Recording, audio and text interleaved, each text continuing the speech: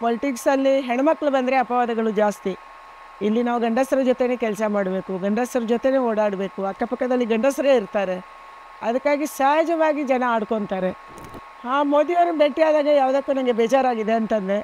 ಆವಾಗ ಅವರಂದರು ಇದು ತುಂಬ ಸ್ಪೆಷಲ್ ಇದೆ, ಯಾಕೆಂದರೆ ದೇಶದ ಬಿಗ್ಗೆಸ್ಟ್ ಕಾನ್ಸ್ಟಿಟ್ಯುನ್ಸಿ ಬೆಂಗಳೂರು ಉತ್ತರ ಇದೆ. ಆ ಬಿಗ್ಗೆಸ್ಟ್ ಕಾನ್ಸ್ಟಿಟ್ಯುನ್ಸಿಯ ಒಂದು ಕಾನ್ಸ್ಟಿಟ್ಯುನ್ಸಿಯಲ್ಲಿ ಒಂದು ಕ್ಷೇತ್ರದಲ್ಲಿ ನಾನು MLA ಆಗಿದೆ, ನಾನು ಮಂತ್ರಿಯಾಗಿದೆ. ನನಗೆ ಯಶವಂತಪುರ ಅಂದರೆ ತುಂಬ ಪ್ರೀತಿ. ಮುಸ್ಲಿಂ ಮಹಿಳೆಯರ ಹತ್ರ ನಾವು ಹೋಗ್ತಾ ಇದ್ವಿ, ನಾವು ಕೇಳ್ತಾ ಇದ್ವಿ, ನಿಮ್ಮ ಗಂಡಸರಂತೂ ನಮಗೆ ಓಟ್ ಹಾಕಲ್ಲ, ನೀವು ಯಾರಿಗೆ ಓಟ್ ಹಾಕ್ತೀರಿ ಅಂತೇಳಿ. ಅವರ ಮನೆಯ ಬೋರ್ಡನ್ನು ತೋರಿಸ್ತಿದ್ರು, ಅವ್ರ ಬಾಯಲ್ಲಿ ಎಂದೂ ಮಾತಾಡಿಲ್ಲ.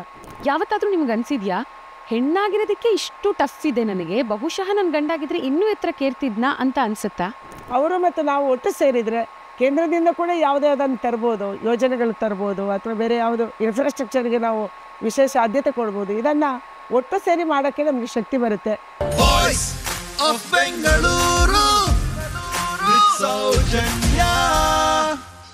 ವಿಮೆನ್ ಇನ್ ಪಾಲಿಟಿಕ್ಸ್ ಅಂದರೆ ಸಿಕ್ಕಾಪಟ್ಟೆ ಚಾಲೆಂಜಿಂಗ್. ಅಂಥದ್ರಲ್ಲಿ 3 ದಶಕದ ಅನುಭವ ಇದೆ ಇವರಿಗೆ. MLC, MLA, MP, central minister and a very well known good administrator. ಎಲ್ಲರೂ ಇವ್ರನ್ನ ಹಾಗೆ ಕರೆಯೋದು. ಸೊ ಲೆಟ್ಸ್ ವೆಲ್ಕಮ್ ಈ ಬಾರಿಯ ಬೆಂಗಳೂರು ಉತ್ತರದ ಲೋಕಸಭಾ ಅಭ್ಯರ್ಥಿಯಾಗಿ ಸ್ಪರ್ಧಿಸ್ತಾ ಇರುವಂತಹ ನಮ್ಮ ಪ್ರೀತಿಯ ಶೋಭಾ ಮೇಡಮ್ ಅವ್ರನ್ನ. ಶೋಭಾ ಕರಂದಾಜೆ ಮೇಡಮ್ ಅವರೇ, ನಮಸ್ಕಾರ. ನಮಸ್ಕಾರ. ಥ್ಯಾಂಕ್ ಯು ಸೋ ಮಚ್ ನಿಮ್ಮ ಟೈಮ್ ನಮಗೆ ಕೊಟ್ಟಿರೋದಕ್ಕೆ, ಇವತ್ತು ಮಾತಿಗೆ ನಮಗೆ ಸಿಕ್ಕಿರೋದಕ್ಕೆ ಥ್ಯಾಂಕ್ ಯು ಮೇಡಮ್.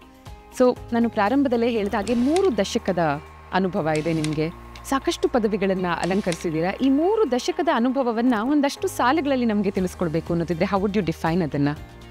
3 ದಶಕದ ಅನುಭವದಲ್ಲಿ ನನಗೆ ಹೆಚ್ಚು ಖುಷಿ ಕೊಟ್ಟಿದ್ದು, ನಾನು ಪೂರ್ಣಕಾಲಿಕ BJP ಕೆಲಸ ಮಾಡಿದ್ದು. ಅಧಿಕಾರ ಶಾಶ್ವತ ಅಲ್ಲ, ಆದರೆ ಭಾರತೀಯ ಜನತಾ ಪಾರ್ಟಿಯ ಕಾರ್ಯಕರ್ತೆ ಅನ್ನುವಂಥದ್ದು ಶಾಶ್ವತ. ನಾನು ಭಾರತೀಯ ಜನತಾ ಪಾರ್ಟಿಗೆ ಬಂದಿರುವಂಥದ್ದು ಫುಲ್ ಟೈಮ್ ವರ್ಕರ್ ಆಗಿ. ಅದಕ್ಕಾಗಿ ನಾನು BJP ಆಫೀಸಲ್ಲಿದ್ದಂಥ ಅನುಭವ, BJP ಆಫೀಸಲ್ಲೇ ನಮ್ಮ ಊಟ, BJP ಆಫೀಸಲ್ಲೇ ನಮ್ಮ ತಿಂಡಿ, BJP ಆಫೀಸಿಂದ ವ್ಯವಸ್ಥೆ, ಇದೆಲ್ಲವೂ ಕೂಡ ನಮಗೆ ಹೆಚ್ಚು ಖುಷಿ ಕೊಡ್ತಾ ಇದ್ದಂಥ ಸಂಗತಿ. ಅಲ್ಲಿಂದ ನಾನು MLC ಆದೆ. ಅದಾದಮೇಲೆ 2008ರಲ್ಲಿ MLA ಆದೆ, ಯಶವಂತಪುರದಿಂದ ಮಂತ್ರಿ ಆದೆ, ಮತ್ತು 2014ರಿಂದ ಲೋಕಸಭಾ ಸದಸ್ಯೆ ಆಗಿದ್ದೀನಿ. ನನಗೆ ಅನಿಸುತ್ತೆ ಪಾರ್ಟಿ ಕೆಲಸ ಮಾಡೋದು ನನಗೆ ಹೆಚ್ಚು ಖುಷಿ ಕೊಟ್ಟಿದೆ. Okay okay. ಸೊ ಸ್ವಲ್ಪ ಫ್ಲ್ಯಾಶ್ ಬ್ಯಾಕ್ ಹೋಗೋಣ ಮೇಡಮ್. RSS ಬ್ಯಾಕ್ಗ್ರೌಂಡ್ ಇದೆ ನಿಮಗೆ. ಸೊ RSS ಅನ್ನೋದು ಇವಾಗ ನಾವು ನೋಡ್ತಾ ಹೋದರೆ ನಮ್ಮ ಅಟಲ್ ಬಿಹಾರಿ ವಾಜಪೇಯಿ ಅವರಿರಬಹುದು, ನಮ್ಮ ಸನ್ಮಾನ್ಯ ಪ್ರಧಾನಮಂತ್ರಿಗಳಾದಂಥ ನರೇಂದ್ರ ಮೋದಿ ಅವರಿರಬಹುದು, ಇದೇ ಬ್ಯಾಕ್ಗ್ರೌಂಡಿಂದ ಬಂದಂಥವರು. ಸೊ ಆ ಸ್ಟ್ರಾಂಗ್ ಐಡಿಯಾಲಜಿ ಅನ್ನೋದು ನಿಮ್ಮೆಲ್ಲರಲ್ಲೂ ಇದೆ, ನಿಮ್ಮಲ್ಲೂ ಇದೆ. ಸೊ ಅಲ್ಲಿಂದ ಹೇಗೆ ಪಾಲಿಟಿಕ್ಸ್ಗೆ ಬರಬೇಕು ಅಂತ ನಿಮ್ಗೆ ಅನ್ನಿಸ್ತು? ಬಿಕಾಸ್ ನಾನು ನಿಮ್ಮ ಬಗ್ಗೆ ಓದಿರೋಷ್ಟು, ನಾನು ತಿಳ್ಕೊಂಡಿರೋ ಪ್ರಕಾರದಲ್ಲಿ RSS ಇಂದ ಕೂಡ ನಿಮ್ಗೆ ಆ ಪುಷ್ ಇತ್ತು, ಆ ಒಂದು ಸಪೋರ್ಟ್ ಸಿಕ್ಕಿತ್ತು. How did it happen madam? ಇಲ್ಲ, ನಾವು ಒರಿಜಿನಲಿ RSS ಫ್ಯಾಮಿಲಿಯವರು. ನನ್ನ ತಮ್ಮ ಪ್ರಚಾರಕ್ಕಾಗಿದ್ದ. ನಮ್ಮ ಜಿಲ್ಲೆಯಲ್ಲಿ RSS ಅನಿವಾರ್ಯ ಆಗಿತ್ತು, ಯಾಕೆಂದರೆ ಅಲ್ಲಿ ನಡೀತಾ ಇರುವಂಥ ಅಲ್ಪಸಂಖ್ಯಾತರ ಮತ್ತು ನಮ್ಮ ಮಧ್ಯೆ ನಡೀತಾ ಇರುವಂಥ ಸಂಘರ್ಷದ ಕಾರಣಕ್ಕಾಗಿ ನಮ್ಮಂಥ ಯೂತ್ ಅವತ್ತು ಯಾರು ಕಾಲೇಜಲ್ಲಿ ಓದ್ತಾ ಇದ್ರು ಅವರೆಲ್ಲರೂ ಕೂಡ ABVP ಅಥವಾ RSSಗೆ ಅಟ್ಯಾಚ್ ಆಗ್ತಾಯಿದ್ರು. ಈ ಕಾರಣಕ್ಕಾಗಿ ಮನೆಯಲ್ಲೂ ನನಗೆ ಆ ಥರದ ಒಂದು ಬ್ಯಾಕ್ಗ್ರೌಂಡ್ ಇತ್ತು. RSSಗೆ ಬಂದ್ವಿ. 1994ರಲ್ಲಿ ಶಕುಂತಲಾ ಶೆಟ್ಟಿ ಮೊದಲ ಬಾರಿಗೆ ಚುನಾವಣೆ ನಿಂತಾಗ ನಾನು BJPಗೆ ಅಂತ ಕೆಲಸ ಮಾಡಿದ್ದೆ. ಅದಕ್ಕೆ ಮೊದಲೇನು ಮಾಡಿಲ್ಲ. ಅಂದರೆ ಧನಂಜಯ ಕುಮಾರಿಗೆ ನಾವು ಲೋಕಸಭೆಗೆ ಸುಮ್ಮನೆ ಹಾಗೆ ಮಕ್ಕಳು ಪಾಂಪ್ಲೆಟ್ ಹಂಚುವಾಗ ಹಂಚ್ತಾ ಇದ್ವಿ. ಆದರೆ ಪೂರ್ಣಕಾಲಿಕವಾಗಿ 1994ರಲ್ಲಿ ನಾನು ಶಕುಂತಲಾ ಶೆಟ್ಟಿಗೆ ಬಂಟ್ವಾಳ ಕ್ಷೇತ್ರದಲ್ಲಿ ಕೆಲಸ ಮಾಡಿದೆ. ಅದೇ ಆಸಕ್ತಿಯನ್ನು ಬಂದಿರಲಿಲ್ಲ ನನಗೆ. ನಾನು ಕೆಲಸ ಮಾಡ್ತಾಯಿದ್ದೆ, ಉದ್ಯೋಗದಲ್ಲಿದ್ದೆ. ಅದಾದ ಮೇಲೆ ಉಡುಪಿಯಲ್ಲಿ ನನಗೆ AG ಕೊಡಗಿ ಅನ್ನುವಂಥ, ಇವತ್ತಿನ ಕಿರಣ್ ಕುಮಾರ್ ಕೊಡಗಿ MLA ಇದ್ದಾರೆ, ಅವರ ಅಪ್ಪ AG ಕೊಡಗಿ ಅಂತಿದ್ದರು. ಅವರು ಜಿಲ್ಲಾಧ್ಯಕ್ಷರಾಗಿದ್ದರು ಉಡುಪಿಯಲ್ಲಿ. ಅವರು ನನಗೆ BJPಯ ಜವಾಬ್ದಾರಿ ತೊಗೋಬೇಕು ಅಂತ ಘೋಷಣೆ ಮಾಡಿದರು. ನಾನು RSSಲ್ಲಿದ್ದು BJPಯ ಜವಾಬ್ದಾರಿ ತೊಗೊಳ್ಳಲ್ಲ ಅಂತ ಹೇಳಿದ್ರು, ಅವ್ರು ಕೇಳಿಸ್ಕೊಳ್ಳಿಲ್ಲ. ಇಲ್ಲ, BJP ಕೆಲಸ ಮಾಡಬೇಕು, ನೀನು BJPಗೆ ಫಿಟ್ ಇದೆಯಾ ಅಂತಂದರು. ಆವಾಗ ನನಗೆ ಉಡುಪಿ ಜಿಲ್ಲೆಯಲ್ಲಿ ಮೊದಲ ಬಾರಿಗೆ BJPಯ ಜವಾಬ್ದಾರಿ ಸಿಕ್ತು. ಅದಾದಮೇಲೆ ನನ್ನ ತಮ್ಮ ಪ್ರಚಾರಕದಿಂದ ವಾಪಸ್ ಬಂದ. ನಾನು ಫುಲ್ ಟೈಮರ್ ಆಗಿ ಹೋರಾಡಬೇಕು ಅಂತ ನಿರ್ಧಾರ ಮಾಡಿದೆ. ಬೆಂಗಳೂರು ಬಂದೆ. ಬೆಂಗಳೂರಲ್ಲಿ ನನಗೆ ರಾಜ್ಯ ಕಾರ್ಯದರ್ಶಿಯ ಜವಾಬ್ದಾರಿ ಸಿಕ್ತು. ಓಕೆ. ಮೇಡಮ್ ಏನಂದರೆ ಜೀವನದಲ್ಲಿ ಯಾವುದೇ ಒಂದು ಕೆಲಸ ನಾವು ಮಾಡಬೇಕಾದ್ರೂ ಸಾಕಷ್ಟು ಟೀಕೆಗಳು ಇದ್ದೇ ಇರುತ್ತೆ, ಪ್ರಶಂಸೆನೂ ಇದ್ದೇ ಇರುತ್ತೆ. ಈ ಎಲ್ಲದ್ರ ಮಧ್ಯೆ ಸಾರ್ವಜನಿಕರ ಜೀವನದಲ್ಲಿ ಅಂದರೆ ಒಂದು ಪಬ್ಲಿಕ್ ಲೈಫ್ನ ಎಕ್ಸ್ಪೀರಿಯನ್ಸ್ ಮಾಡುವಂಥ ನಿಮಗೆ ಯಾವುದಾದ್ರೂ ಒಂದು ಪಾಯಿಂಟಲ್ಲಿ ಅಪ್ಪ ಸಾಕು ರಾಜಕೀಯ ಅಂತ ಅನಿಸಿದ್ಯಾ, ಸುಸ್ತಾಗಿದೆಯಾ, ಬ್ರೇಕ್ ತಗೊಳ್ಳೋಣ ಅಂತ ಅನಿಸಿದ್ಯಾ ಮೇಡಮ್? ಖಂಡಿತವಾಗಿ. ಯಾಕಂದರೆ ಪೊಲಿಟಿಕ್ಸಲ್ಲಿ ಹೆಣ್ಮಕ್ಳು ಬಂದರೆ ಅಪವಾದಗಳು ಜಾಸ್ತಿ. ಇಲ್ಲಿ ನಾವು ಗಂಡಸರ ಜೊತೆನೇ ಕೆಲಸ ಮಾಡಬೇಕು, ಗಂಡಸರ ಜೊತೆನೇ ಓಡಾಡಬೇಕು, ಅಕ್ಕಪಕ್ಕದಲ್ಲಿ ಗಂಡಸರೇ ಇರ್ತಾರೆ. ಅದಕ್ಕಾಗಿ ಸಹಜವಾಗಿ ಜನ ಆಡ್ಕೊತಾರೆ. ಹೆಣ್ಮಕ್ಳಂದರೆ ಕೇವಲ ಒಂದು ಗ್ರೂಪ್ ಅಂತ ಹೇಳಿ ನೋಡ್ತಾರೆ. ಅಂಥ ಸಂದರ್ಭದಲ್ಲಿ ತುಂಬ ಆ ರೀತಿಯ ಸಂದರ್ಭಗಳು ರಾಜ್ಯದಲ್ಲಿ ಎದುರಾಗಿದ್ದು. ಆವಾಗ ನನಗೆ ಅನ್ನಿಸ್ತಿತ್ತು ಈ ಪೊಲಿಟಿಕ್ಸ್ ಹೆಣ್ಮಕ್ಳಿಗೆ ಅಲ್ಲ ಅಂಥೇಳಿ. ಆದರೆ ನನಗೆ ರಾಷ್ಟ್ರೀಯ ಸೇವಕ ಸಮಿತಿಯ ನನ್ನ ಹಿರಿಯರು, ನಾನು ನೆನ್ಪು ಮಾಡ್ಕೋಬೇಕು ರುಕ್ಮಿಣಕ್ಕ, ಶಾಂತಕ್ಕನಮ್ಮ, ಅವ್ರು ನನಗೆ ಹೇಳ್ತಾ ಇದ್ರು, ರಾಜಕೀಯ ಅಂದರೆ ಇರೋದೇ ಹೀಗೆ, ಇಲ್ಲೇ ಇದ್ದು ಈಜಾಡಬೇಕು ಅಂಥೇಳಿ. ಆ ಮಾತು ನನಗೆ ಹೆಚ್ಚು ಶಕ್ತಿಯನ್ನು ಕೊಟ್ಟು ಮತ್ತು ಎಲ್ಲ ಸಂಕಷ್ಟಗಳ ಮಧ್ಯೆ, ಎಲ್ಲ ನೋವಿನ ಮಧ್ಯೆ ಕೂಡ ಇಲ್ಲಿ ಧೈರ್ಯವಾಗಿ ಇರಬೇಕು ಅನ್ನುವಂಥ ಆ ಒಂದು ಪ್ರೇರಣೆಯನ್ನು ಕೊಟ್ಟಿದ್ದು ನನ್ನ ಆರ್ ಎಸ್ ಎಸ್ನ ಹಿರಿಯರು, ಮುಖ್ಯವಾಗಿ ರುಕ್ಮಿಣಕ್ಕ, ಶಾಂತಕ್ಕ ಮತ್ತು ಜಯದೇವ್ ಅವರು. ಮೇಡಮ್ ಏನಂದರೆ ಒಂದು ಕಾಲದಲ್ಲಿ ಸಿನಿಮಾ ಇಂಡಸ್ಟ್ರಿಗೆ ಹೆಣ್ಮಕ್ಳು ಹೋಗ್ತಾರೆ ಅಂದರೆ ಅದೊಂದು ಮಡಿವಂತಿಕೆ ವಿಷಯ ಆಗಿತ್ತು, ನಾವು ಕಳಿಸಲ್ಲ ಅನ್ನೋ ಹಾಗೆ. ಇವತ್ತಿನ ದಿನ ಹಾಗಲ್ಲ, ಯಾವುದೇ ಒಂದು ಕೆಲಸದ ಹಾಗೆ ಇದನ್ನು ಅಂತ ಕನ್ಸಿಡರ್ ಮಾಡ್ತಾರೆ. ಡು ಯು ಥಿಂಕ್ ಇವತ್ತು ನಮ್ಮ ಭಾರತ ಇರೋ ಪರಿಸ್ಥಿತಿಯಲ್ಲಿ ಸಾಕಷ್ಟು ಯಂಗ್ಸ್ಟರ್ಸ್ ಪಾಲಿಟಿಕ್ಸ್ಗೆ ಎಂಟ್ರ್ ಆಗ್ತಿದ್ದಾರೆ, which is a very welcoming move. ಮುಂಬರುವಂಥ ದಿನಗಳಲ್ಲಿ ಹೆಚ್ಚೆಚ್ಚು ಹೆಣ್ಮಕ್ಳು ಕೂಡ ಈ ಬದಲಾವಣೆಯಲ್ಲಿ ಭಾಗಿಯಾಗಿರ್ತಾರೆ ಅಂತ ನಿಮಗನ್ಸುತ್ತಾ? ಖಂಡಿತವಾಗಿ. ಇವತ್ತು ಗ್ರಾಮ ಪಂಚಾಯಿತಿಯಲ್ಲಿ ನಮಗೆ 50% ರಿಸರ್ವೇಷನ್ ಇದೆ. ತುಂಬ ಪರ್ಫಾರ್ಮಿಂಗ್ ಗ್ರಾಮ ಪಂಚಾಯಿತಿ ಅಧ್ಯಕ್ಷರನ್ನು ನಾನು ರಾಜ್ಯದಲ್ಲಿ ನೋಡಿದ್ದೀನಿ. ನಾನು ಗ್ರಾಮೀಣಾಭಿವೃದ್ಧಿ ಸಚಿವ ಆಗಿದ್ದೆ. ಜಿಲ್ಲಾ ಪಂಚಾಯಿತಿ, ತಾಲೂಕ್ ಪಂಚಾಯಿತಿ, ಕಾರ್ಪೊರೇಷನ್ಗಳು, ಪುರಸಭೆ, ನಗರಸಭೆಯಲ್ಲಿ ನಮಗೆ 33% ಇದೆ. ಅದರ ಸದುಪಯೋಗ ಹಲವಾರು ಕ್ಷೇತ್ರದಲ್ಲಿ ಆಗಿದೆ. ತುಂಬ ಒಳ್ಳೆಯ ಕೆಲಸವನ್ನು ನಮ್ಮ ಹೆಣ್ಮಕ್ಳು ಮಾಡಿ ತೋರಿಸಿದ್ದಾರೆ. ಅಧ್ಯಕ್ಷೆಯಾಗಿ, ಉಪಾಧ್ಯಕ್ಷೆಯಾಗಿ, ಮೇಯರ್ ಆಗಿ, ಉಪಮೇಯರ್ ಆಗಿ, ಮೆಂಬರ್ಸ್ ಆಗಿ ತುಂಬ ಒಳ್ಳೆಯ ಕೆಲಸ ಮಾಡಿದ್ದಾರೆ. ಹಾಗೆಯೇ ರಿಸರ್ವೇಷನ್ ಇಲ್ಲದೇ MLAಗಳು, MP ಗಳು ಆಯ್ಕೆಯಾಗಿದ್ದಾರೆ. ಅವರ ಪರ್ಫಾರ್ಮೆನ್ಸ್ ತುಂಬ ಚೆನ್ನಾಗಿದೆ. ಇವತ್ತು ದೇಶದಲ್ಲಿ ಕೂಡ ನರೇಂದ್ರ ಮೋದಿ ಅವರ ನೇತೃತ್ವದಲ್ಲಿ 11 ಜನ ಮಂತ್ರಿಗಳು ನಾವಿದ್ದೀವಿ. ನಾವೇನು ರಿಸರ್ವೇಷನಲ್ಲಿ ಗೆದ್ದವರಲ್ಲ. ಆದರೂ ಕೂಡ ಇವತ್ತು ಮೋದಿಯವರು ಹೆಣ್ಮಕ್ಳನ್ನು, ನಾರಿ ಶಕ್ತಿಯನ್ನು ಮುಂದಕ್ಕೆ ತರಬೇಕು ಅಂತ ಬಿಟ್ಟಿದ್ದಾರೆ. ಜೊತೆಗೆ ಇವತ್ತು 33% ರಿಸರ್ವೇಷನ್ MLA ಮತ್ತು MP ಗೆ ಕೊಡಬೇಕು ಅಂತ ಮೋದಿಯವರು ತೀರ್ಮಾನ ಮಾಡಿದ್ದಾರೆ. ಅಂದರೆ ಡಿಸಿಷನ್ ಮೇಕಿಂಗಲ್ಲಿ, ಪಾಲಿಸಿ ಡಿಸಿಷನ್ ಮೇಕಿಂಗಲ್ಲಿ ಹೆಣ್ಮಕ್ಳು ಇರಬೇಕು. ಮಹಿಳೆಯರಿಗೆ ಎಲ್ಲ ಕಷ್ಟನೂ ಗೊತ್ತಿರುತ್ತೆ. ಒಂದು ಮನೆಯನ್ನು ಅವಳು ಹೇಗೆ ಮ್ಯಾನೇಜ್ ಮಾಡಬಲ್ಲೋ ಹಾಗೆ ಒಂದು ಸಂಸ್ಥೆಯನ್ನು, ಒಂದು ದೇಶವನ್ನು ಮ್ಯಾನೇಜ್ ಮಾಡಬಲ್ಲೋ, ಇದು ಮೋದಿಯವರ ಕಲ್ಪನೆ. ಆ ಕಲ್ಪನೆಯಂತೆ ಇವತ್ತು ರಿಸರ್ವೇಷನನ್ನು ಕೊಟ್ಟಿದ್ದಾರೆ. ಎಸ್, ಮೋದಿಯವರ ಬಗ್ಗೆ ಮಾತಾಡ್ತಾ ಮೋದಿ ಮತ್ತೊಮ್ಮೆ ಏನೋ ಕೂಗು ಎಲ್ಲ ಕಡೆ ಕೇಳಿ ಬರ್ತಾ ಇದೆ. ನೀವು ಸಾಕಷ್ಟು ಸನ್ನಿವೇಶಗಳಲ್ಲಿ ನಮ್ಮ ಸನ್ಮಾನ್ಯ ಪ್ರಧಾನಮಂತ್ರಿಗಳನ್ನ ಭೇಟಿ ಮಾಡಿದ್ದೀರಾ ಮೇಡಮ್. ಒಂದು ಮರೆಯಲಾಗದ ಸನ್ನಿವೇಶ ಅಥವಾ ಒಂದು ಮರೆಯಲಾಗದ ಡಿಸ್ಕಷನ್ ಯಾವುದಾದ್ರೂ ಇದ್ರೆ ಹಂಚ್ಕೋತೀರಾ? ಮೋದಿಯವರು ಭೇಟಿಯಾದಾಗ ಯಾವುದಕ್ಕೂ ನನಗೆ ಬೇಜಾರಾಗಿದೆ ಅಂತಂದರೆ, ಆವಾಗ ಅವರಂದರು, ಬೇಜಾರಾಗಬಾರ್ದು, ಖುಷಿಯಾಗಿರಬೇಕು, ಖುಷಿಯಾಗಿರು, ಚೆನ್ನಾಗಿರು, ಕೆಲಸ ಮಾಡು, ಮತ್ತು ಯಾವುದಕ್ಕೂ ಚಿಂತೆ ಮಾಡೋ ಅಗತ್ಯ ಇಲ್ಲ, ಚಿಂತೆ ಮಾಡಬೇಡ, ಕೆಲಸ ಮಾಡ್ತಾನೇ ಇರಬೇಕು. ಕೆಲಸದ ಮಧ್ಯದಲ್ಲಿ 1000 ನೋವುಗಳು ಬರುತ್ತೆ, ಖುಷಿಗಳು ಬರ್ತವೆ. ಇದನ್ನು ಯಾವುದನ್ನು ಕೂಡ ರಾಜಕೀಯದಲ್ಲಿ ಮನಸ್ಸಿಗೆ ತಗೋಬಾರ್ದು ಅಂತಂದರು. ಓ ವಾವ್, ವೆರಿ ನೈಸ್. ಸೊ ಬೆಂಗಳೂರಿನ ಪ್ರವೇಶ ದ್ವಾರ ಅಂತ ಕರೀತಾರೆ, ಬೆಂಗಳೂರು ನಾರ್ತ್ ಕಾನ್ಸ್ಟಿಟ್ಯೂಯೆನ್ಸಿನ. ಸೊ ಇದು ನಿಮ್ಮ ವಾಸಸ್ಥಾನ ಕೂಡ. How special is this locality? ಅಂದರೆ ನೀವಿರುವಂಥ ಕ್ಷೇತ್ರದಲ್ಲೇ ನಿಮಗೆ ಒಂದು ಟಿಕೆಟ್ ಸಿಕ್ಕಿರೋದು. How special is it madam? ಇದು ತುಂಬ ಸ್ಪೆಷಲ್ ಇದೆ. ಯಾಕೆಂದರೆ ದೇಶದ ಬಿಗ್ಗೆಸ್ಟ್ ಕಾನ್ಸ್ಟಿಟ್ಯೂನ್ಸಿ ಬೆಂಗಳೂರು ಉತ್ತರ ಇದೆ. ಆ ಬಿಗ್ಗೆಸ್ಟ್ ಕಾನ್ಸ್ಟಿಟ್ಯೂನ್ಸಿಯ ಒಂದು ಕಾನ್ಸ್ಟಿಟ್ಯೂನ್ಸಿಯಲ್ಲಿ, ಒಂದು ಕ್ಷೇತ್ರದಲ್ಲಿ ನಾನು MLA ಆಗಿದೆ, ನಾನು ಮಂತ್ರಿಯಾಗಿದೆ. ನನಗೆ ಯಶವಂತಪುರ ಅಂದರೆ ತುಂಬ ಪ್ರೀತಿ. ನಾನು ಇಲ್ಲಿಂದ ಉಡುಪಿ ಚಿಕ್ಕಮಗಳೂರಿಗೆ ಹೋದಾಗ ಕೂಡ ಯಶವಂತಪುರದ ಜನ ನನ್ನನ್ನು ಬಿಟ್ಟೇ ಇರಲಿಲ್ಲ. ನಾನೇ ಯಶವಂತಪುರ ಬಿಟ್ಟು ಕೂಡ ಅಲ್ಲಿಯ ಕಾರ್ಯಕರ್ತರು, ಅಲ್ಲಿಯ ಜನ ಬಿಟ್ಟಿರಲಿಲ್ಲ. ಪದೇ ಪದೇ ನನಗೆ ಕರಿತಾಯಿದ್ರು, ಪದೇ ಪದೇ ಖುಷಿ ಪಡ್ತಾಯಿದ್ರು. ಯಾವುದೇ ಮದುವೆ ಇರಲಿ, ಯಾವುದಕ್ಕಾದ್ರೂ ನನಗೆ ಕರಿತಾಯಿದ್ರು. ಅದಕ್ಕಾಗಿ ಬೆಂಗಳೂರು ಉತ್ತರ ಮೊದಲಿಂದಲೇ ನನಗೆ ಅಟ್ಯಾಚ್ಡ್ ಇದೆ, ನನ್ನ ಮನಸ್ಸಿಗೆ ಅಟ್ಯಾಚ್ಡ್ ಇದೆ. ಅದಕ್ಕಾಗಿ ನನಗೆ ಖುಷಿಯಾಗಿದೆ ವಾಪಸ್ ಬಂದಿರೋದು. ಹಿರಿಯರು ಬೆಂಗಳೂರು ಉತ್ತರಕ್ಕೆ ಹೋಗಬೇಕು ಅಂತಂದರು, ಬಂದಿದ್ದೀನಿ. ಓಕೆ. ಸೊ ಬೆಂಗಳೂರು ಉತ್ತರ, ದಕ್ಷಿಣ, ಗ್ರಾಮಾಂತರ ಹೀಗೆ ಬೇರೆ ಬೇರೆ ಕಾನ್ಸ್ಟಿಟ್ಯೂನ್ಸೀಸ್ ಅಂತ ತಗೊಂಡಾಗ ಪ್ರತಿ ಕ್ಷೇತ್ರಕ್ಕೂ ಜನರ ಡಿಮಾಂಡ್ಸ್ ಬೇರೆ ಬೇರೆ ಇರುತ್ತೆ. ಹಾಗೂ ಆ ಕ್ಷೇತ್ರದಿಂದ ಸ್ಪರ್ಧಿಸ್ತಾ ಇರುವಂಥ ಕಂಟೆಸ್ಟೆಂಟ್ಸ್ಗಳ ಕನಸುಗಳು ಕೂಡ ಬೇರೆ ಬೇರೆ ಇರುತ್ತೆ.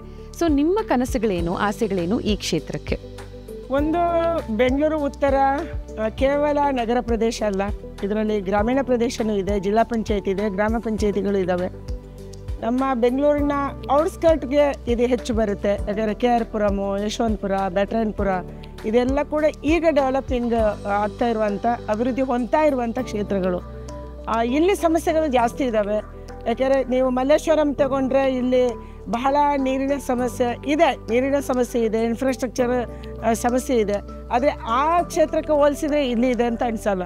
ಅಂಥ ಕ್ಷೇತ್ರಕ್ಕೆ ಇವತ್ತು ಕಾವೇರಿ ಕುಡಿಯುವ ನೀರಿನ ಅಗತ್ಯತೆಯನ್ನು ಜನ ಹೇಳ್ತಾ ಇದ್ದಾರೆ. ರಸ್ತೆಗಳು, ಒಳಚರಂಡಿಗಳು, ಮನೆಗಳು, ರೆವೆನ್ಯೂ ಸೈಟ್ಗಳಲ್ಲಿ ಸರಿಯಾಗಿ ಅದು ಪ್ಲ್ಯಾನಿಂಗ್ ಆಗಿಲ್ಲ. ಇಂಥ ಹಲವಾರು ಸಮಸ್ಯೆಗಳಿದ್ದಾವೆ. ಕೆ ಆರ್ ಪುರಮ್ಗೆ ಹೋದರೆ ರೈಲ್ವೆ ಬ್ರಿಡ್ಜಿನ ಸಮಸ್ಯೆ ಇದೆ, ಹೈವೇ ರಸ್ತೆಗಳನ್ನು ವಿಶಾಲ ಮಾಡಬೇಕು, ಹೈವೇ ಮಾಡಬೇಕು ಅನ್ನುವಂಥದ್ದಿದೆ. ಈ ರೀತಿ ಒಂದೊಂದು ಕ್ಷೇತ್ರದ ಸಮಸ್ಯೆ ಒಂದೊಂದು ರೀತಿಯಲ್ಲಿದೆ. ಇವತ್ತಿನ ದಿನ ಜನ ಪಾಲಿಟಿಕ್ಸ್ನ ತುಂಬ ಕ್ಲೋಸ್ ಆಗಿ ಒಬ್ಸರ್ವ್ ಮಾಡ್ತಾ MLA ಎಲೆಕ್ಷನ್ಸ್ ಅಂದ್ರೇನು, MLC ಅಂದ್ರೇನು, MP ಅಂದ್ರೇನು ಸ್ವಲ್ಪ ಅರ್ಥ ಮಾಡ್ಕೋತಾ ಇದ್ದಾರೆ. ಸೊ MP ಎಲೆಕ್ಷನ್ ಅಂತ ಬರ್ತಾ ಸಾಕಷ್ಟು ಪಾಲಿಸಿ ಚೇಂಜಸ್ ಅಂತ ಇರುತ್ತೆ.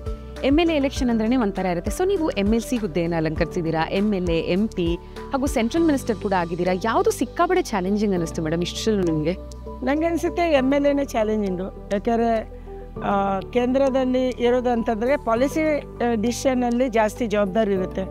ಬಟ್ ನಮ್ಮದು ಫೆಡ್ರಲ್ ಸಿಸ್ಟಮ್ ಇದೆ. ಈ ಕಾರಣಕ್ಕಾಗಿ ಜನರ ಸಂಕಷ್ಟಕ್ಕೆ, ಜನರ ಹತ್ತಿರಕ್ಕೆ ಇರುವಂಥದ್ದು MLAಗಳೇ.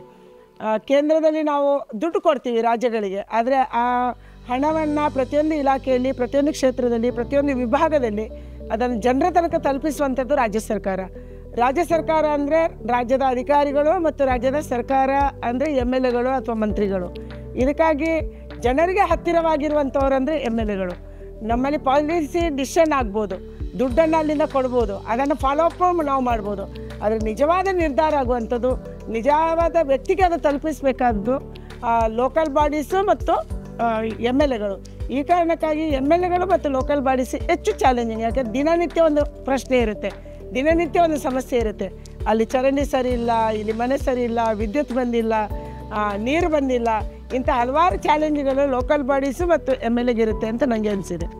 ಓಕೆ. ಸೊ ಕಳೆದ 10 ವರ್ಷದಲ್ಲಿ ನಮ್ಮ ಸನ್ಮಾನ್ಯ ಪ್ರಧಾನಮಂತ್ರಿಗಳು ಹೇಳ್ತಾರೆ ದಟ್ ಏನೇನೆಲ್ಲ ನಡೆದಿತ್ತು ಆ ಹೊಂಡನ ಮುಚ್ಚಿದ್ದೀನಷ್ಟೇ ನಾನು, ಇವಾಗ ಅದ್ರ ಮೇಲೊಂದು ಕಟ್ಟಡ ಕಟ್ಟುವಂಥ ಕೆಲಸ ನಡಿಬೇಕು, ಸೊ ಇನ್ನೂ 10 years ಬೇಕಾಗತ್ತೆ ಅಂತ. ಸೊ ನೀವು ಕೂಡ ನಿಮ್ಮ ಈ ಪ್ರೀವಿಯಸ್ ಸ್ಪೀಚಲ್ಲಿ ನಾನು ನಿಮ್ಮ ಇವತ್ತಿನ ದಿನದ ನಿಮ್ಮ ಪ್ರಚಾರದ ಆಲ್ಮೋಸ್ಟ್ ಎಲ್ಲ ಪ್ರಚಾರದಲ್ಲೂ ನಾನು ಭಾಗಿಯಾಗಿದ್ದೆ. ಈ 10 ವರ್ಷ, ಕಳೆದ 10 ವರ್ಷ was just trailer, picture Abhi ಬಾಕಿ ಹೇ ಅಂತ ಹೇಳಿದ್ರಿ, ರೈಟ್? ಸೊ ಮುಂದಿನ 10 ವರ್ಷದಲ್ಲಿ ಏನೇನು ಎಕ್ಸ್ಪೆಕ್ಟ್ ಮಾಡಬಹುದು ಮೇಡಮ್ ನಾವು? ಟ್ರೇಲರ್ ನಮಗೆ ತುಂಬ ಇಷ್ಟ ಆಗಿದೆ. ನರೇಂದ್ರ ಮೋದಿಯವರು ಗುಜರಾತಲ್ಲಿ ಮಾಡಿದಂಥ ಅಭಿವೃದ್ಧಿ ಇವತ್ತು ದೇಶಕ್ಕೆ ಮಾದರಿ. ದೇಶದ ಜನ ಅವರನ್ನು ಗುಜರಾತ್ ಮುಖ್ಯಮಂತ್ರಿಯಾಗಿ ಮೊದಲ ಅವಧಿಯಲ್ಲಿ ನೋಡಿದರು. ಗುಜರಾತಲ್ಲಿ ಅವರು ಸಾಧನೆ ಮಾಡಬಲ್ಲರಾದರೆ ದೇಶದಲ್ಲೂ ಮಾಡ್ಬೋದು ಅನ್ನುವಂಥ ವಿಶ್ವಾಸ ಇತ್ತು. ಅದಕ್ಕಾಗಿ ದೇಶದಲ್ಲಿ ಅವರು ಬಂದ ಮೇಲೆ ತುಂಬ ಜನಕ್ಕೆ ಅನ್ನಿಸ್ತಿತ್ತು ಗುಜರಾತ್ ಒಂದು ಚಿಕ್ಕ ರಾಜ್ಯ, ಅಲ್ಲಿ ಮಾಡಬಲ್ಲರು, ಆದರೆ ದೇಶದಲ್ಲಿ ಮಾಡ್ತಾರೆ. ದೇಶ ಅಂದರೆ ವಿವಿಧ ಭಾಷೆ, ವಿವಿಧ ಜನ, ವಿವಿಧ ಸಮಸ್ಯೆಗಳು. ಒಂದೊಂದು ಊರಲ್ಲಿ ಹೋದರೆ ಕೂಡ ಬೇರೆ ಬೇರೆ ರೀತಿಯ ಜನರ ಭಾಷೆ ಇದೆಲ್ಲ ಅರ್ಥ ಆಗುತ್ತೆ ಅವರಿಗೆ ಅಂಥೇಳಿ. ಆದರೆ ಕಳೆದ 10 ವರ್ಷದಲ್ಲಿ ಮೋದಿಯವರು ಇಡೀ ದೇಶಕ್ಕೆ ಸ್ಪಂದನ ಮಾಡಿದ್ದಾರೆ. ಇವತ್ತು ದೇಶದಲ್ಲಿ ಬಿಗ್ ಹೀರೋ ಯಾರು, ಟ್ರೈಲರಿನ ಅಥವಾ ಪಿಕ್ಚರ್ನ ದೊಡ್ಡ ಹೀರೋ ಯಾರು ಅಂದರೆ ಅದು ಮೋದಿ ಅಂತ ಜನ ಹೇಳ್ತಾರೆ. ಯುವಕರ ಐಕಾನ್ ಯಾರು ಅಂತಂದರೆ ಅದು ಮೋದಿ, ಮಹಿಳೆಯರ ಐಕಾನ್ ಯಾರು ಅಂತಂದರೆ ಅದು ಮೋದಿ, ವಯಸ್ಸಾದವರಿಗೆ ಯಾರು ಇಷ್ಟ ಅಂತಂದರೆ ಅದು ಮೋದಿ. ಅಂದರೆ ಆ ರೀತಿ ಒಂದು ಅವರ ಒಟ್ಟು ವ್ಯಕ್ತಿತ್ವವನ್ನು ಡೆವಲಪ್ ಮಾಡಬೇಕು ಅಂತಂದರೆ ಅವರ ಶ್ರಮ ಇದೆ, ಅವರ ಶಕ್ತಿ ಇದೆ, ಅವರು ಸಮಯ ಕೊಟ್ಟಿದ್ದಾರೆ, ಯೋಜನೆ ಮಾಡಿದ್ದಾರೆ, ದುಡ್ಡನ್ನು ಸರಿಯಾದ ರೀತಿಯಲ್ಲಿ ಇಂಪ್ಲಿಮೆಂಟ್ ಮಾಡಿದ್ದಾರೆ ಮತ್ತು ಜನಕ್ಕೆ ಮುಟ್ಟುವಂಥ ಯೋಜನೆಗಳನ್ನು ಅವರು ತಂದಿದ್ದಾರೆ. ಇವತ್ತು ನಮ್ಮ ದೇಶದ ಕೊರತೆಗಳು ಯಾವುದು, ಆ ಕೊರತೆಯನ್ನು ನೀಗಿಸುವಂಥ ಕೆಲಸವನ್ನು ಅವರು ಮಾಡಿದ್ದಾರೆ. ಟಾಯ್ಲೆಟ್ ಇಲ್ಲ ಅಂತಂದರೆ ನಂಬಕ್ಕಾಗತ್ತೆ, ಬೆಂಗಳೂರು ಜನಕ್ಕೆ ಅರ್ಥ ಆಗಲ್ಲ. ಆದರೆ ಹಳ್ಳಿಯಲ್ಲಿ ಟಾಯ್ಲೆಟ್ ಇರಲಿಲ್ಲ, 12 ಕೋಟಿ ಜನಕ್ಕೆ ಟಾಯ್ಲೆಟ್ ಇರಲಿಲ್ಲ, 10 ಕೋಟಿ ಜನಕ್ಕೆ ಗ್ಯಾಸ್ ಸೌಲಭ್ಯ ಇರಲಿಲ್ಲ, ಸೌದೆಯಲ್ಲೇ ಅಡುಗೆ ಮಾಡ್ತಿದ್ರು. ಸ್ವಾತಂತ್ರ್ಯ ಬಂದು 65 ವರ್ಷ ಆದಮೇಲೆ ವಿದ್ಯುತ್ ಇರಲಿಲ್ಲ, 28,000 ಹಳ್ಳಿಗಳಿಗೆ ವಿದ್ಯುತ್ತಿನ ಲೈನೇ ಹೋಗಿಲ್ಲ. ಇದನ್ನು ನಾವು ಬೆಂಗಳೂರಲ್ಲಿ ಕೂತು ಕಲ್ಪನೆ ಮಾಡೋಕ್ಕಾಗಲ್ಲ, ಆದರೆ ನಿಜವಾಗ್ಲೂ ಇರಲಿಲ್ಲ. ಇದನ್ನು ಕೊಡಿಸುವಂಥ ಕೆಲಸವನ್ನು ಮೋದಿ ಮಾಡಿದ್ದಾರೆ. ಅದಕ್ಕಾಗಿ ಇವತ್ತು UP ಎಲೆಕ್ಷನಲ್ಲಿ ನಾನು ಇನ್ಚಾರ್ಜ್ ಇದೆ. ಮುಸ್ಲಿಂ ಮಹಿಳೆಯರ ಹತ್ರ ನಾವು ಹೋಗ್ತಾ ಇದ್ವಿ, ನಾವು ಕೇಳ್ತಾ ಇದ್ವಿ, ನಿಮ್ಮ ಗಂಡಸರಂತೂ ನಮಗೆ ಓಟ್ ಹಾಕಲ್ಲ, ನೀವು ಯಾರಿಗೆ ಓಟ್ ಹಾಕ್ತೀರಿ ಅಂತೇಳಿ. ಅವರು ಅವರ ಮನೆಯ ಬೋರ್ಡನ್ನು ತೋರಿಸ್ತಿದ್ರು, ಅವ್ರ ಬಾಯಲ್ಲಿ ಎಂದೂ ಮಾತಾಡಿಲ್ಲ. ಆ ಬೋರ್ಡಲ್ಲಿ ಇತ್ತು, ಇದು ಪ್ರಧಾನಮಂತ್ರಿ ಆವಾಸ್ ಯೋಜನಾ ಅನ್ನುವಂಥದ್ದು ಇತ್ತು. ಅಂದರೆ ಜನರ ಮನಸ್ಸಲ್ಲಿ ಉಳಿಯುವಂಥ ಯೋಜನೆಯನ್ನು ಕೆಲಸವನ್ನು ಮೋದಿಯವರು ಮಾಡಿದ್ದಾರೆ. ಅದಕ್ಕಾಗಿ ಮೋದಿಯವರು ಎಲ್ಲರ ಹೀರೋ ಆಗಿದ್ದಾರೆ, ಎಲ್ಲರ ಐಕಾನ್ ಆಗಿದ್ದಾರೆ. ಸೊ ಪ್ರಚಾರ ಕಾರ್ಯ ನಿಮ್ಮದು ಭರದಿಂದ ಸಾಗ್ತಾ ಇದೆ. ಒಂದು ಹಾರ್ಟ್ ವಾರ್ಮಿಂಗ್ ಮೂಮೆಂಟ್ ನಿಮಗೆ ನೆನಪಲ್ಲಿರುವಂಥದ್ದು, ಅಂದರೆ ನಿಮ್ಮ ಪ್ರಚಾರ ಕಾರ್ಯದ ಸಮಯದಲ್ಲಿ ತುಂಬ ನಿಮಗೆ ಖುಷಿ ಕೊಟ್ಟಂಥ ಒಂದು ಘಟನೆ ನೆನಪು ಮಾಡ್ಕೊಳ್ಳೋದಿದ್ರೆ, ಜನರ ಪ್ರೀತಿ. ಮಹಿಳೆಯರು ತುಂಬ ಖುಷಿ ಪಡ್ತಾರೆ. ಅದೇ ಸಾಮಾನ್ಯವಾಗಿ ಪುರುಷರು ಎಲೆಕ್ಷನ್ ನಿಂತಾಗ ಕೆಲವು ಕ್ಷೇತ್ರದಲ್ಲಿ ಮಹಿಳೆಯರು ಬರ್ಬೋದು, ಆದರೆ ಎಲ್ಲ ಕ್ಷೇತ್ರದಲ್ಲಿ ಮಹಿಳೆಯರು ಬೇಗ ಬರಲ್ಲ ಮತ್ತು ಹತ್ತಿರ ಬರಲ್ಲ. ಆದರೆ ಮಹಿಳೆಯರು ಯಾವುದೇ ಅಳಕಿಲ್ಲದೆ ನನ್ನ ಹತ್ರ ಬರ್ತಾರೆ, ಖುಷಿ ಆಗುತ್ತೆ. ತುಂಬ ಸಾರಿ ಎಳೆದು ಫೋಟೋ ತೆಗಿಸ್ಕೊತಾರೆ, ಸೆಲ್ಫಿ ತೆಗಿಸ್ಕೊತಾರೆ. ಇದು ನಮಗೆ ಹೆಚ್ಚು ಖುಷಿ ಆಗುತ್ತೆ. ವಿಮೆನ್ ಆ್ಯಸ್ ಲೀಡರ್ ಅಂತ ತಗೊಂಡಾಗ ಯಾವುದೇ ಒಂದು ಡಿಪಾರ್ಟ್ಮೆಂಟಲ್ಲಿ, ಫೀಲ್ಡಲ್ಲಿ, ಕಂಪನಿಲಿ ಅದು ಕಷ್ಟನೇ ಮೇಡಮ್, ಒಂದು ಟಾಪ್ ಪೊಸಿಷನ್ಗೆ ಹೋಗೋದು. ಅದಕ್ಕೆ ಇವತ್ತು ನಮ್ಮ ಇಡೀ ದೇಶ ಅಂತ ತಗೊಂಡಾಗ್ಲೂ ಒಬ್ಬರು ವಿಮೆನ್ ಚೀಫ್ ಮಿನಿಸ್ಟರ್ ಅಂತ ಇರೋದು ಆ್ಯಸ್ ಆಫ್ ನೌ ಅಂತ ತಗೊಂಡಾಗ ಯಾವತ್ತಾದರೂ ನಿಮ್ಗೆ ಅನಿಸಿದ್ಯಾ ಹೆಣ್ಣಾಗಿರೋದಕ್ಕೆ ಇಷ್ಟು ಟಫ್ ಇದೆ ನನಗೆ, ಬಹುಶಃ ನನ್ನ ಗಂಡಾಗಿದ್ರೆ ಇನ್ನೂ ಎತ್ತರ ಕೇರ್ತಿದ್ನಾ ಅಂತ ಅನ್ಸುತ್ತಾ? ತುಂಬ ಸರಿ ಅನಿಸಿದೆ. ಪೊಲಿಟಿಕ್ಸಲ್ಲಿ ಇರಬೇಕು ಅಂದರೆ ಗಂಡಸರಾಗಬೇಕು ಅಂತೇಳಿ. ಹೆಣ್ಮಕ್ಳಿಗೆ ಕಷ್ಟ. ಇಲ್ಲಿಯ ಅಪವಾದಗಳನ್ನು, ಅಪಮಾನಗಳನ್ನು ಸಹಿಸ್ಕೊಂಡು ಅದನ್ನು ಜೀರ್ಣಿಸ್ಕೊಂಡು ಮುಂದಕ್ಕೆ ಹೋಗೋದು ಕಷ್ಟ ಅಂತ ತುಂಬ ಸರಿ ಅನಿಸಿದೆ. ಬಟ್ ಆದರೂ ಈ ಎಲ್ಲ ಕಷ್ಟಗಳ ನಡುವೆ ಮೇಡಮ್ ಸಾಕಷ್ಟು ಹೃದಯಗಳನ್ನು ಗೆದ್ದಿದ್ದೀರಾ. ಒಂದು unforgettable day of your life ಅಂದರೆ ಯಾವುದು? ನಾನು ಮೋದಿ ಕ್ಯಾಬಿನೆಟ್ಟಲ್ಲಿ ಮಂತ್ರಿ ಆಗಿರೋದು. ಓಕೆ, ಅದನ್ನು ಬಹಳ ಚೆರಿಷ್ ಮಾಡ್ತೀರಾ. ಓಕೆ. ಆ್ಯಂಡ್ ನಾನು ನಿಮಗೆ ಇಂಟರ್ವ್ಯೂ ಮುಂಚೆ ಕೂಡ ಹೇಳ್ತಾ ಇದ್ದೆ, ಆನ್ ಅ ಪರ್ಸ್ನಲ್ ನೋಟ್, ನಿಮ್ಮ ಸ್ಯಾರಿ ಕಲೆಕ್ಷನ್ಸ್ ನನಗೆ ಸಿಕ್ಕಾಪಟ್ಟೆ ಇಷ್ಟ ಆಗುತ್ತೆ ಅಂತ. ಖಾದಿ ಸ್ಯಾರೀಸ್ ಇರಬಹುದು, ಕಾಟನ್ ಸ್ಯಾರೀಸ್ ಇರಬಹುದು. ಜಸ್ಟ್ ಒಂದು ಪರ್ಸನಲ್ ಕ್ವೆಶ್ಚನ್ ಅಂತ ಕೇಳಬೇಕು ಅನ್ನೋದಿದ್ರೆ, ಶಾಪಿಂಗ್ ಹೋಗ್ತೀರಾ? ನೀವೇ ಶಾಪಿಂಗ್ ಮಾಡ್ತೀರಾ? ನಾನು ಶಾಪಿಂಗ್ ಭಾಳ ಅಪರೂಪಕ್ಕೆ ಮಾಡ್ತೀನಿ. ಬೆಂಗಳೂರಲ್ಲಾದರೆ ಪ್ರಸಿದ್ಧಿಗೆ ಹೋಗ್ತೀನಿ. ಬಾಕಿ ತುಂಬ ಸಾರಿಗಳು ನನಗೆ ಜನ ಬೇರೆ ಯಾರಾದರೂ ಕೊಟ್ಟಿರುವಂಥದ್ದು ನಾನು ಹೆಚ್ಚು ಹುಟ್ಟಿರುವಂಥದ್ದು. ಅಂದರೆ ಯಾರೋ ಮದುವೆ ಕೊಡ್ತಾರೆ, ಯಾವುದೋ ಮನೆಗೆ ಹೋಗಿದ್ರೆ ಕೊಡ್ತಾರೆ. ನಮ್ಮ ಉತ್ತರ ಕರ್ನಾಟಕದಲ್ಲಿ ಒಂದು ಪರಂಪರೆ ಇದೆ, ಮನೆಗೆ ಯಾವುದೇ ಹೆಣ್ಮಕ್ಳು ಹೋದರೂ ಕೂಡ ಬಾಗಿಲ ಅಂತ ಕೊಡ್ತಾರೆ. ಅಂಥದ್ದನ್ನು ನಾನು ಹೆಚ್ಚು ಉಡ್ತೀನಿ. ಬಟ್ ಬಹಳ ಕಡಿಮೆ ನಾನು ಡೆಲ್ಲಿಯಲ್ಲಿ ತೊಗೊಂಡಿದ್ದೀನಿ ಮತ್ತು ಖರೀದಿ ಮಾಡಿದ್ದೀನಿ. ಅದು ಖರೀದಿ ಮಾಡಿದರೆ ಬೆಂಗಳೂರಲ್ಲಿ ಪ್ರಸಿದ್ಧಿಯಲ್ಲಿ ಮಾಡ್ತೀನಿ. ಡೆಲ್ಲಿಯಲ್ಲಾದರೆ ನಾನು ಬೇರೆ ಬೇರೆ ರಾಜ್ಯಗಳ ಹ್ಯಾಂಡ್ಲೂಮ್ಸ್ ಇದೆ, ಅಲ್ಲಿ ಮಾಡ್ತೀನಿ. ಓಕೆ. ಸೊ ಅಶ್ವಥ್ ಸರ್ ಬಗ್ಗೆನೇ ಮಾತಾಡ್ತಾ ಮೇಡಮ್, ಸೊ ಇದೇ ಕ್ಷೇತ್ರದ MLA ಜೊತೆಗೆ ನೀವು ಈ ಕ್ಷೇತ್ರದ MP ಆದರೆ ಒಂದು ಡಬಲ್ ಎಂಜಿನ್ ಸರ್ಕಾರದ ಹಾಗೆ, ಡು ಯು ಥಿಂಕ್ ಅದೊಂದು ಡಬಲ್ ಪವರ್ ಸಿಗತ್ತೆ ಟು ವರ್ಕ್ ಮೋರ್ ಎಫಿಷಿಯೆಂಟ್ಲಿ ಅಂತ? ಆಲ್ಸೋ ಈ ಕ್ಷೇತ್ರದ ಸಾಕಷ್ಟು ಪ್ರಗತಿಯನ್ನು ಕೂಡ ನೀವು ನೋಡ್ತಾ ಬಂದ್ರಿ, ಅದ್ರ ಬಗ್ಗೆ if you can please share. ಖಂಡಿತವಾಗಿ ಮಲ್ಲೇಶ್ವರಂ ಕ್ಷೇತ್ರ ವಿಶೇಷವಾಗಿ ಅಭಿವೃದ್ಧಿಯಾಗಿದೆ. ಇದೊಂದು ಕೋರ್ ಏರಿಯಾ. ಇಲ್ಲಿ ಇದೊಂದು ದೇವಸ್ಥಾನಗಳ ಕ್ಷೇತ್ರ, ಇದು ಒಂದು ಮಠಗಳ ಕ್ಷೇತ್ರ, ಮತ್ತು ವಿದ್ಯಾವಂತರಿರುವಂಥ ಕ್ಷೇತ್ರ, ಮತ್ತು ಮೆಟ್ರೋಪಾಲಿಟನ್ ಅಂದರೆ ಬೇರೆ ಬೇರೆ ಪ್ರದೇಶಗಳ ಜನ ಇರುವಂಥ ಕ್ಷೇತ್ರ. ಮುಖ್ಯವಾಗಿ ಕೋಸ್ಟಲ್ ಅವರು, ನಮ್ಮ ಜಿಲ್ಲೆಯಿಂದ ಬಂದವರು ಕೂಡ ಭಾಳ ದೊಡ್ಡ ಪ್ರಮಾಣದಲ್ಲಿ ಇದ್ದಾರೆ. ನಾರ್ತ್ ಇಂಡಿಯನ್ಸ್ ಇದ್ದಾರೆ, ಎಲ್ಲರೂ ಇದ್ದಾರೆ. ಇಲ್ಲಿ ಜನರ ಮನಸ್ಸನ್ನು ಗೆಲ್ಲೋದು ಸುಲಭದ ಕೆಲಸ ಅಲ್ಲ. ಡಾಕ್ಟರ್ ಅಶ್ವಥ್ ಅವರು ಕಳೆದ ಬಾರಿ MLA ಆಗಿ, ಮಂತ್ರಿಯಾಗಿ, ಉಪಮುಖ್ಯಮಂತ್ರಿಯಾಗಿ ಇಲ್ಲಿ ತುಂಬ ಒಳ್ಳೆಯ ಕೆಲಸವನ್ನು ಮಾಡಿದ್ದಾರೆ. ಜನ ತುಂಬ ಅಪ್ರಿಷಿಯೇಟ್ ಮಾಡ್ತಾರೆ. ನಮ್ಗೆ ಖುಷಿ ಆಗುತ್ತೆ. ನಮ್ಮ MLAಗಳ ಬಗ್ಗೆ ನಾನು ಹೆಚ್ಚು ತಿಳ್ಕೊಂಡಿರಲಿಲ್ಲ. ಆ್ಯಕ್ಚುಲಿ ನಾನು ಇಲ್ಲಿ ಓಡಾಟನೇ ಜಾಸ್ತಿ ಮಾಡಿಲ್ಲ, ತಿಳ್ಕೊಳ್ಳುವ ಆಸಕ್ತಿಯೂ ನನಗೆ ಇರಲಿಲ್ಲ. ಆದರೆ ಇವಾಗ ನಾನು ಸ್ವತಃ ಇಲ್ಲಿ ಬಂದ ಮೇಲೆ ಅವರ ಬಗ್ಗೆ ಮಾತಾಡೋದು ಕೇಳಿ ಖುಷಿ ಆಗುತ್ತೆ. ಯಾಕಂದರೆ ಒಳ್ಳೆ ಕೆಲಸ ಮಾಡಿದ್ದಾರೆ, ಅಭಿವೃದ್ಧಿ ಮಾಡಿದ್ದಾರೆ. ಇಲ್ಲಿ ಯಾವುದೇ ಸಮಸ್ಯೆ ಇದ್ದರೆ ಅಟೆಂಡ್ ಮಾಡ್ತಾರೆ ಅನ್ನುವಂಥದ್ದು ನಮಗೆ ಖುಷಿ ಕೊಡುತ್ತೆ.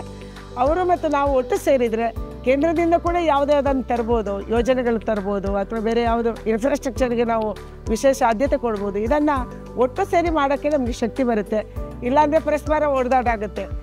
MP ಒಂದು ಮಾತಾಡೋದು, MP ಒಂದು ದಿನ ಶಿಲಾನ್ಯಾಸ ಮಾಡೋದು, MLA ಇನ್ನೊಂದು ದಿನ ಶಿಲಾನ್ಯಾಸ ಮಾಡೋದು, ಇಂಥದ್ದೆಲ್ಲ ನಾವು ಬೇರೆ ಬೇರೆ ಕ್ಷೇತ್ರದಲ್ಲಿ ಕಾಣ್ತಾ ಇದ್ದೀವಿ. ಆದರೆ ಒಟ್ಟಿಗೆ ಇದ್ದಾಗ, ಒಂದೇ ಪಾರ್ಟಿಯವರಿದ್ದಾಗ ಒಟ್ಟಾಗಿ ಯೋಚನೆ ಮಾಡೋಕ್ಕೆ ಹೆಚ್ಚು ಸುಲಭ ಆಗುತ್ತೆ, ಕೆಲಸ ಮಾಡೋಕ್ಕೆ ಸುಲಭ ಆಗುತ್ತೆ ಅಂತ ನಾನು ಅಂದ್ಕೊಂಡಿದ್ದೀನಿ. ಸೊ ಲಾಸ್ಟ್ ಕ್ವೆಶ್ಚನ್ ಅಂತಂದೆ, ಆದರೂ ಲಾಸ್ಟ್ 2 ಕ್ವೆಶ್ಚನ್ಸ್ ನನಗೆ ಫ್ಲಾಶ್ ಆಗ್ತಿದೆ, ಅದನ್ನು ಕೇಳ್ಬಿಡ್ತೀನಿ. ಈ ಸಮಯದಲ್ಲಿ ಸದಾನಂದ ಗೌಡ ಸರ್ ಅವರ ಒಂದು ಅವರ ಗೈಡೆನ್ಸ್ ನಿಮ್ಮ ಮೇಲೆ ಹೇಗಿದೆ, ಯಾವ ರೀತಿಯ ಪರಿಣಾಮ ಬೀರಿದೆ, ಅವರು ನಿಮ್ಮ ಗೋ ಟು ಪರ್ಸನ್ನ, ಅದನ್ನು ಇಫ್ ಯು ಕ್ಯಾನ್. ಖಂಡಿತವಾಗಿ ಸದಾನಂದ ಗೌಡರು ಮತ್ತು ನಾನು ಒಟ್ಟೊಟ್ಟಿಗೆ ಪುತ್ತೂರಲ್ಲಿ ಕೆಲಸ ಮಾಡಿದಂಥವರು. ನಾವು ಅವರು MLA ಆಗೋದಕ್ಕೆ ಮೊದಲು ನಾವು ನೋಡಿದ್ದೀವಿ. ಅವರು ಅಡ್ವೊಕೇಟ್ ಆಗಿದ್ದಾಗಂತ ನೋಡಿದವರು, MLA ಆದಾಗ ನೋಡಿದವರು, ದಕ್ಷಿಣ ಕನ್ನಡ ಜಿಲ್ಲೆಯವರು ಅವರು MP ಆದಾಗ, ಉಡುಪಿ ಚಿಕ್ಕಮಗಳೂರು ಅವರು MP ಆದಾಗ, ಬೆಂಗಳೂರು MP ಆದಾಗ ನಾವೆಲ್ಲರೂ ಒಟ್ಟಿಗೆ ಇದ್ದವರು. ಅವರನ್ನು ನಾವು ಮುಖ್ಯಮಂತ್ರಿನೂ ಮಾಡಿದ್ದೀವಿ. ಸದಾನಂದ ಗೌಡರು ಸ್ವತಃ ತಾನು ಕಂಟೆಸ್ಟ್ ಮಾಡಲ್ಲ ಅನ್ನುವ ಕಾರಣಕ್ಕಾಗಿ ಅವರಿಗೆ ಇವತ್ತು ಟಿಕೆಟ್ ಸಿಕ್ಕಿರಲಿಕ್ಕಿಲ್ಲ. ಆದರೆ ಕೂಡ ಅವ್ರು ನಮ್ಮ ಜೊತೆ ಇದ್ದಾರೆ, ನಮ್ಮ ಜೊತೆ ಎಲ್ಲ ಕಾರ್ಯಕ್ರಮಗಳಿಗೆ ಬರ್ತಾ ಇದ್ದಾರೆ. ಅವರ ಆಶೀರ್ವಾದ ಇದೆ. ನನ್ನ ಟಿಕೆಟ್ ಘೋಷಣೆ ಆದಂಥ ತಕ್ಷಣ ನಾನು ಹೋಗಿರೋದೇ ಸದಾನಂದ ಗೌಡರ ಮನೆಗೆ.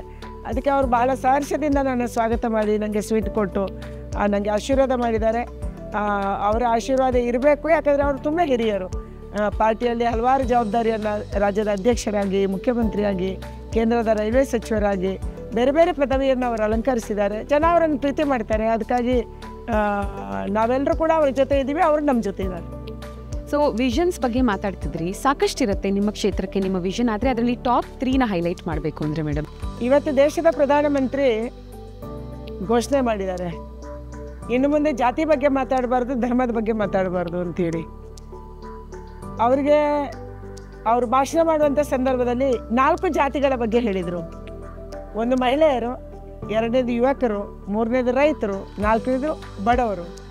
ಈ 4 ಜನರನ್ನು ತಗೊಂಡ್ರೆ ಎಲ್ಲ ಜಾತಿ ವರ್ಗದವರು ಬರ್ತಾರೆ, ಎಲ್ಲ ಬಡವರು, ಮಹಿಳೆಯರು ಎಲ್ಲರೂ ಇದರಲ್ಲಿ ಬರ್ತಾರೆ, ಎಲ್ಲರೂ ಇನ್ಕ್ಲೂಸಿವ್ ಆಗಿ ಬರ್ತಾರೆ.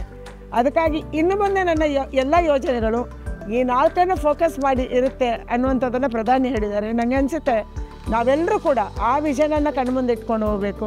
ಜಾತಿ ಅಂತ ಒಡೆದಾಡುವ ಬದಲು, ಧರ್ಮ ಅಂತ ಒಡೆದಾಡುವ ಬದಲು ಈ 4 ಜಾತಿಗಳ ಬಗ್ಗೆ ಹೊಸದಾಗಿ ಮೋದಿಯವರ ವಿಷನಿನ ಜಾತಿಗಳ ಬಗ್ಗೆ ನಾವು ಕೆಲಸ ಮಾಡಿದರೆ ನಮ್ಮ ಕ್ಷೇತ್ರದಲ್ಲಿ ಎಲ್ಲರಿಗೆ ಕೂಡ ನಮ್ಮ ಯೋಜನೆಗಳನ್ನು ತಲುಪಿಸೋಕ್ಕಾಗುತ್ತೆ, ಎಲ್ಲರ ವಿಷನನ್ನು ಪೂರ್ಣ ಮಾಡೋದಾಗುತ್ತೆ. ನಮ್ಗೆ ಯಾರು ಮತ ಕೊಟ್ಟಿದ್ದಾರೆ ಅವರಿಗೆ ಖುಷಿ ಕೊಡಿಸೋಕ್ಕಾಗುತ್ತೆ ಅಂತ ನಾನು ಅಂದ್ಕೊಂಡಿದ್ದೀನಿ. ಕೊನೆಯದಾಗಿ ನಾನು ನಿಮ್ಮನ್ನ ಕೇಳಬೇಕಾಗಿರೋ ಒಂದು ಪ್ರಶ್ನೆ, ಬೆಂಗಳೂರು ಉತ್ತರ ಕಾನ್ಸ್ಟಿಟ್ಯೂಯೆನ್ಸಿ, ಬೆಂಗಳೂರು ನಾರ್ತ್ ಕಾನ್ಸ್ಟಿಟ್ಯೂಯೆನ್ಸಿ ಜನ ಯಾರೆಲ್ಲ ನೋಡ್ತಾ ಇದ್ದಾರೆ ಈ ವಿಡಿಯೋನ, ಅವರು ನಿಮಗೆ ಯಾಕೆ ಮತ ಹಾಕಬೇಕು ಅನ್ನೋದಕ್ಕೆ 3 ಕಾರಣಗಳನ್ನು, 3 reasons if you'll have to give them. ಒಂದು, ಈ ಕ್ಷೇತ್ರದ ಬೇರೆ ಬೇರೆ ಸಮಸ್ಯೆಗಳಿಗೆ ಕೇಂದ್ರದಿಂದ ಏನೇನು ಸೌಲಭ್ಯ ತರ್ಬೋದು ಅದನ್ನು ತರುವಂಥ ಪ್ರಾಮಾಣಿಕ ಪ್ರಯತ್ನವನ್ನು ನಾನು ಮಾಡ್ತೀನಿ. ಇಲ್ಲಿರುವಂಥ ಮೂಲಭೂತ ಸೌಕರ್ಯಗಳಿಗೆ ಹೆಚ್ಚು ಒತ್ತು ಕೊಟ್ಟು, 4 ಕಡೆ ನಮ್ಮ ಶಾಸಕರಿದ್ದಾರೆ, ಇನ್ನು 4 ಕಡೆ ನಮ್ಮ ಶಾಸಕರಿಲ್ಲ, ನಮ್ಮ ಕಾರ್ಯಕರ್ತರ ಜೊತೆ ಗಟ್ಟಿಯಾಗಿ ನಿಂತು ಹೋರಾಟ ಅಂದರೆ ಹೋರಾಟ, ಸಂಘಟನೆ ಅಂದರೆ ಸಂಘಟನೆ, ಅವರ ಜೊತೆಯಾಗಿ ನಿಲ್ಲುವಂಥ ಕೆಲಸವನ್ನು ಮಾಡ್ತೀನಿ. ಮತ್ತು ಜನರ ಧ್ವನಿ, ಜನರಿಗೆ ಅನಿಸುತ್ತೆ ನಾವು ಮೋದಿಗೆ ವೋಟ್ ಹಾಕಬೇಕು ಅಂಥೇಳಿ. ಆದರೆ ಅವರು ಹೋಗಿ ಡೆಲ್ಲಿಯಲ್ಲಿ ವೋಟ್ ಹಾಕೋಕ್ಕಾಗಲ್ಲ. ಮೋದಿಯನ್ನು ಪ್ರಧಾನಿ ಮಾಡಬೇಕಂದ್ರೆ ಅವರ ರೆಪ್ರೆಸೆಂಟೇಟಿವ್ ಇರಬೇಕು. ಅವರ ಭಾವನೆ ಇದೆ ನಾವು ಮೋದಿಗಾಗಿ ಕೈ ಎತ್ತಬೇಕು ಅಂಥೇಳಿ. ಆದರೆ ಅವರ ಒಳ್ಳೆಯ ಪ್ರತಿನಿಧಿಯಾಗಿ, ಅವರಿಗೆ ಯಾವುದೇ ಕಪ್ಪು ಚುಕ್ಕೆ ಬಾರದ ರೀತಿಯಲ್ಲಿ, ಅವರ ಓಟಿಗೆ, ಅವರ ಭಾವನೆಗೆ ಕಪ್ಪು ಚುಕ್ಕೆ ಬಾರದ ರೀತಿಯಲ್ಲಿ ಅವರ ಪ್ರತಿನಿಧಿಯಾಗಿ ನಾನು ಮೋದಿ ಜೊತೆ ಇರ್ತೀನಿ, ಮೋದಿಗೆ ಕೈ ಎತ್ತೀನಿ ಅನ್ನುವಂಥ ಭರವಸೆಯನ್ನು ನಾನು ಮತದಾರರಿಗೆ ಕೊಡ್ತಾ ಇದ್ದೀನಿ. Thank you madam, thank you so much. ನಿಮ್ಮ ಸಮಯ ನಮಗೆ ಕೊಟ್ಟಿದ್ದಕ್ಕೆ ಥ್ಯಾಂಕ್ ಯು. ನಾನು ಆಗಲೇ ಹೇಳಿದ ಹಾಗೆ ಇವತ್ತು ಆಲ್ಮೋಸ್ಟ್ ಎಂಟೈರ್ ಡೇ ನಿಮ್ಮ ಈ ಪ್ರಚಾರ ಕಾರ್ಯದಲ್ಲಿ ಭಾಗಿಯಾಗಿದ್ದು ನಿಮಗೊಂದು special thanks. And also doctor C N Ashwath Narayan ಸರ್ಗೂ ಒಂದು ಸ್ಪೆಷಲ್ ಥ್ಯಾಂಕ್ಸ್. ಬಹಳ ಚೆನ್ನಾಗಿ ಎಲ್ಲ ಕಡೆ ನಿಮ್ಮ ಬಗ್ಗೆನೂ ಮಾತಾಡ್ತಾ, ಮೋದಿ ಮತ್ತೊಮ್ಮೆ ಯಾಕೆ ನಾವು ಸರ್ಕಾರವನ್ನು ತರಬೇಕು ಅನ್ನೋದ್ರ ಬಗ್ಗೆನೂ ಮಾತಾಡ್ತಾ, I think the support is really really huge. ಅವ್ರಿಗೂ ಕೂಡ ಒಂದು special thanks for making this interview happen. Thank you so much. Thank you.